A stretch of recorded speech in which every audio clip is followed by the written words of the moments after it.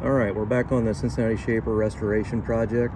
I got this 16-inch heavy Cincinnati Shaper, and this is going to be more of a cosmetic fix. This is just the cover that goes below the ram, and you can see there's a big knockout there. So I'm going to clean that up and see if we can't get some bronze in there to braze it, and see if we can build that up, make it look like factory again. So that's my next step. Okay, my next step, I'm gonna go ahead and clean this area up, give the brazing compound something to stick to, get all that dirt, and just try to grind it down to a smooth surface.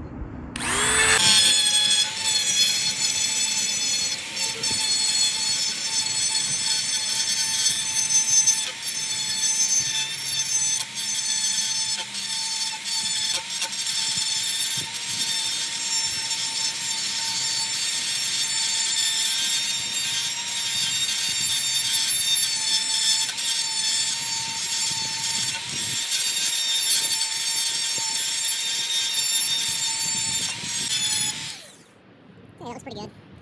So my next step, I'm going to actually drill some holes in here and use some steel wire to kind of build this up so my brazing compound has something to stick to, rather than just trying to fill this whole thing up with bronze.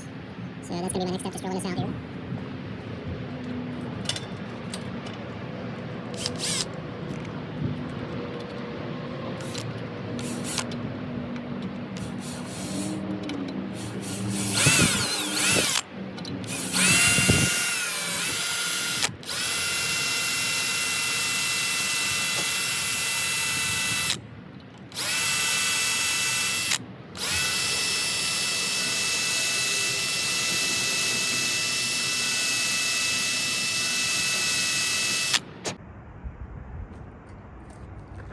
Alright, see if that fits. Looks like it'll fit, and my plan is to just kind of bend it around and make another hole over here. Might even do a couple pieces of this wire so I won't have to build that up so much.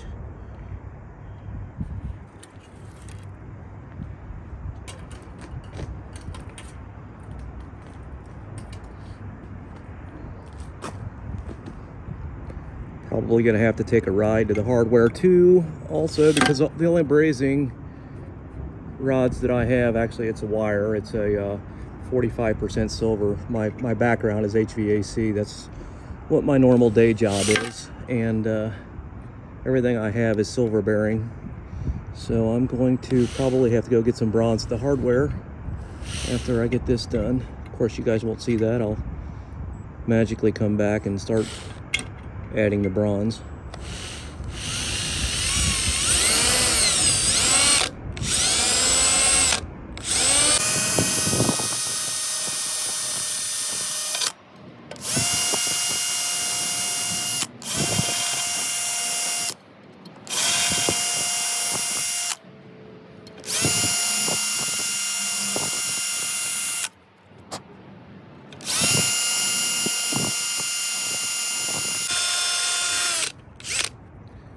Alright, I think that's enough to get it stuck in there.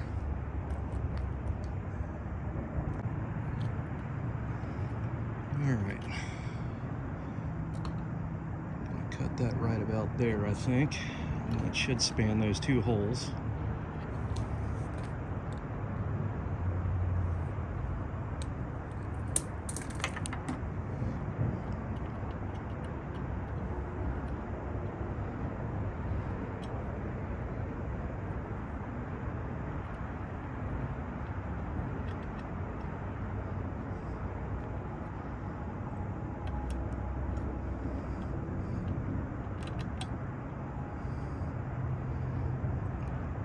Come on, there we go.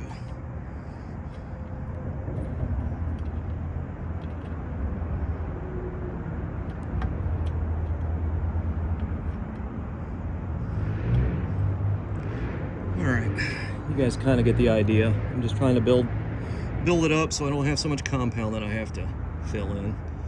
Like I said, I think I might even take some more wire and add it there to the bottom.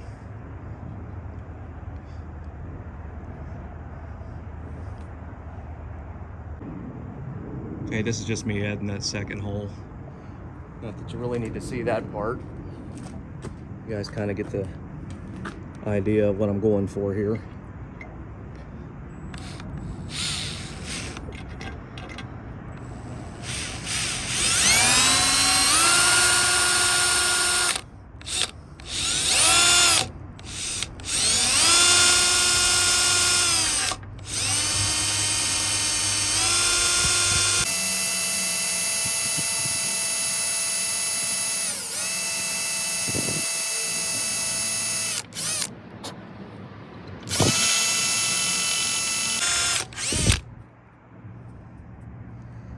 All right, I think that's gonna do it.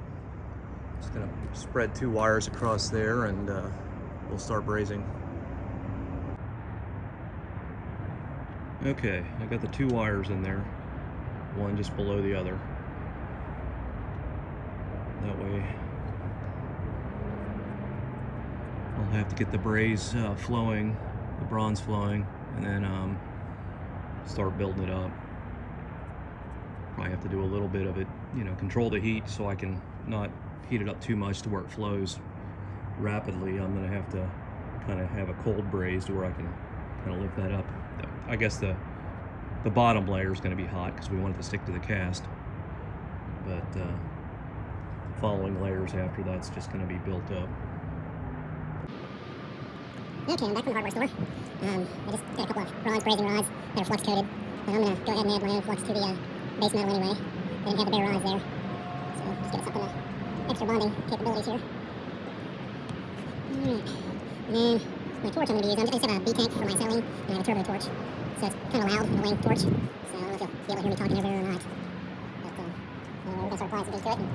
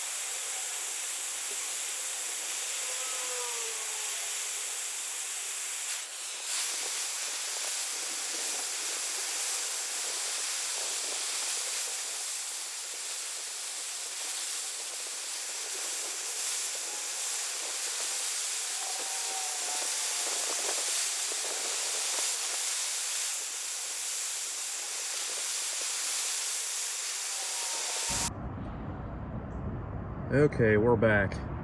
My camera shut down because it overheated evidently in the middle of that process, but I've got plenty of bronze on there to actually get a flat disc for the grinder and start grinding that metal back down. Took probably way longer than it should have. I mean, I could have used oxyacetylene and it would have gone way faster, but I was trying to keep it on the cooler side so I could, you know, get a thick base on there and build up from the bottom up. And in my experience with oxyacetylene is sometimes it flows too fast, and the next thing you know, you got bronze all over your casting everywhere else. So anyway, the beat tank with the turbo torch did the job. It just took twice as long as it would have. And like I said, I didn't want bronze running down the front of the casting. So anyway, that's the next step now, is just to take the grinding wheel to that and blend it in with the rest of the metal. But this is purely cosmetic for the Cincinnati shaper that I'm restoring. Going to be stripping it all down and painting it, and I just want it to look nice. And that had a big chip out of it. There's only one other chip in this machine, and it's on the it's got a 5 horsepower heavy duty motor on it, and one of the legs, I don't know how it broke, but sometime in its past somebody broke it. But in fact, I still got to check the motor to make sure it's okay. But even with just 3 of those bolts, it's a heck of a lot sturdier than the motors they have nowadays. Most of them are punched out with heavy gauge sheet metal, and this was old, you know, cast. So as long as it works, I'm going to use it with just the 3 mounting bolts, and it's probably still going to be you know, a lot more stiff or stable than modern day motors now.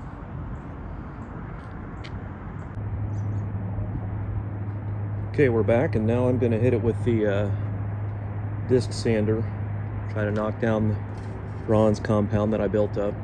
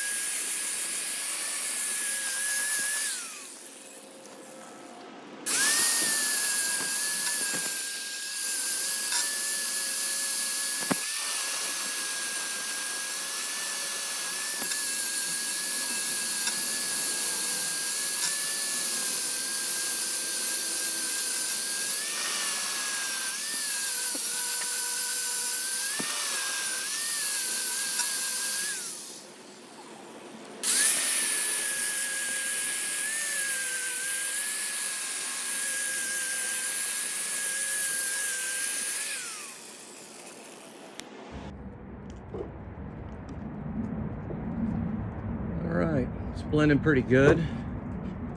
I'll probably just do an orbital sander to fine-tune the knockdown of that brazing compound. But I'm pretty happy with the results. But this is I think the 4th episode of my Cincinnati shaper restoration. And this, like I said, this is just the cosmetic part, but we're having some warmer days here in Ohio now, so I'll probably be pulling it outside and maybe knocking it, all the grease and grime off with the pressure washer here soon, and hopefully have this thing painted and under power here in the next couple of months anyway. But anyway, if you guys enjoy this content and you want to follow for the rest of the restoration project, then be sure to like and subscribe. Thanks for watching.